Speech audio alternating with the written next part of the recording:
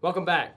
Last video, we talked about how to assemble the chassis frame using our Go Building materials. I'm Gavin, and in this video, we're going to continue our chassis series and assemble our motors and wheels. So let's begin. So first, let's talk about our materials. From our previous video, I have the remainder of my 8mm M4 screws.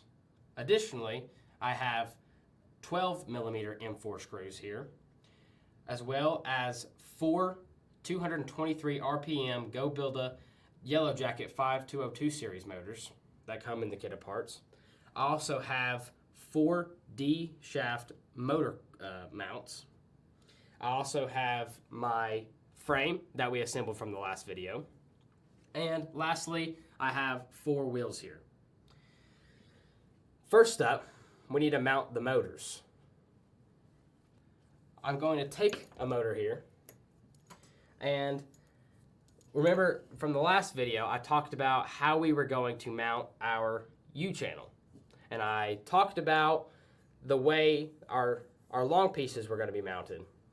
And this was to leave the gap, the open space, inward, right here. And now we're going to talk about why.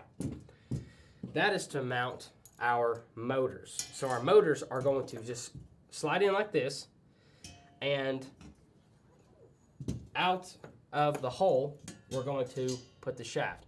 I'm going to put this motor all the way in the back hole back here, just right up against it, and it's going to fit nicely in just right there. So now we're going to fasten this one. I'm going to take my hex key here, and for this, I'm just going to use my 8mm screws. I don't need to use my 12mm. So there on the motor are 4 holes that are threaded. So this allows me to mount my motor. So first up, I'm going to take my screw here. I'm going to line up my holes like so, and I'm going to put them just like so through the metal into my motor.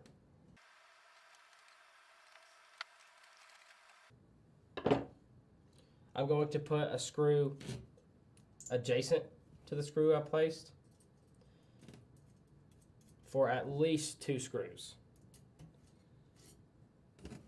So now this motor is mounted nicely.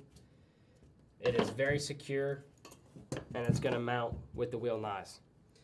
So now that I have my motor mounted to my frame, the next step is to use the D shaft collars, or the wheel mounts. So they call it a D shaft because the shaft of this motor is shaped like a D. One side is flat, and you can clearly see that when you pick up the motor mounts. We are going to line up the flat side to the flat side of the shaft. Now, there's 2 sides to our shaft here, or our motor mount. One side is completely flush, and one side has a little bit of a raised surface, and it's a circle, and you'll see how this lines up. I want that circle to be pointing outwards from my frame. I want the flush side to be towards my frame. Now, when I mount this, I don't want to put this all the way down the shaft, because what you're going to see is it's going to rub up against these screws here, and my wheel's not going to want to turn. So I'm going to put it closer to the end, where the end of this shaft is flush up against the outside side of this mount here. So I'm going to go ahead and I'm going to place it. You might actually have to unscrew a screw here. This screw allows it to tighten or loosen. So I'm going to make sure it's all the way loose, and I'm going to work it onto the shaft, just like so. So I took it a little bit too far. I'm going to take it back out just where it's flush, right about there. Perfect. Now, I'm going to go ahead, take my hex key, and I'm going to tighten it all the way down. One key tip that I'm going to go ahead and tell you before you don't make the same mistake that I made.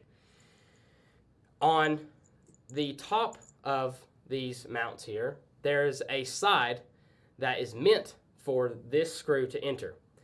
one side is completely flat at the top, and one side has a little divot that's meant for the head of the screw to go. And you'll see one side just looks like a hole drilled through, and one looks like a place for the head of a screw to go. And we're going to make sure that this is going in that way. Otherwise, we're going to have some issues, and it's not going to want to tighten.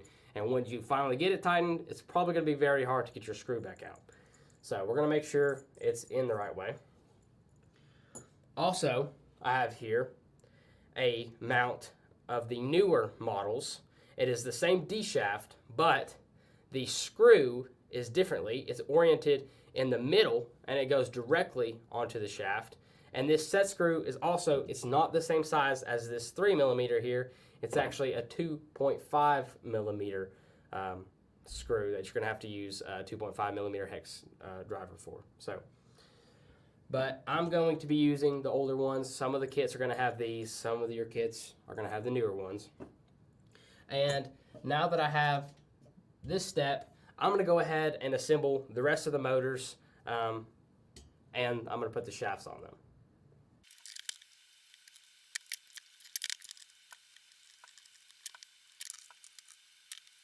Now that all my motors are mounted and my wheel mounts are mounted to the shafts, I have a pretty secure bot here. My next step is going to be mounting the wheels.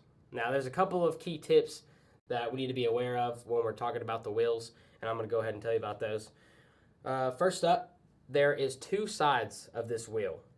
One side is the deep side, and one side is the shallow side.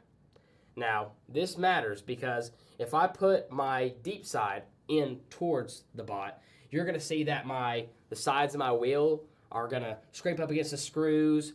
They're going to scrape up against the frame, so we don't want that. We want to turn it outward. We want the deep side to be out, away from the robot, and the shallow side to be in towards the motor shaft. So, we talked about that extended circle on the shaft. How one side of the shaft mount was flat, flush, and one side was not. That's because that circle there is the circle that matches that wheel. So this wheel is going to fit nicely up against that circle, and this is where my 12mm screws come in. I'm going to go ahead and take a couple, and I can see that the holes line up for my my wheel here. So I'm going to go ahead and just hand screw one in each corner right here, just for two. Then I'm going to take my hex key, go ahead and tighten those all the way, just like so. And now I have one solid wheel. So you can give it a test, you can spin it, see how much it wobbles. If it's wobbling, that could be a couple things. That can mean, one, your motor isn't mounted properly. You might need to go in there, take some of this apart, and make sure it's securely tightened to the frame. Next, it might mean that the mount wasn't all the way tightened. You might see that when you go to shake it, it'll pull it off, and that's just because that set screw in the side of that one was not all the way on. So I'm going to go ahead and I'm going to finish assembling the rest of my wheels here.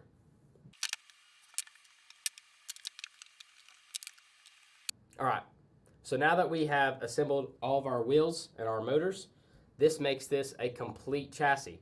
So next we're going to talk about our electrical control panel that will be mounted to the top here. But until next time, thank you for watching.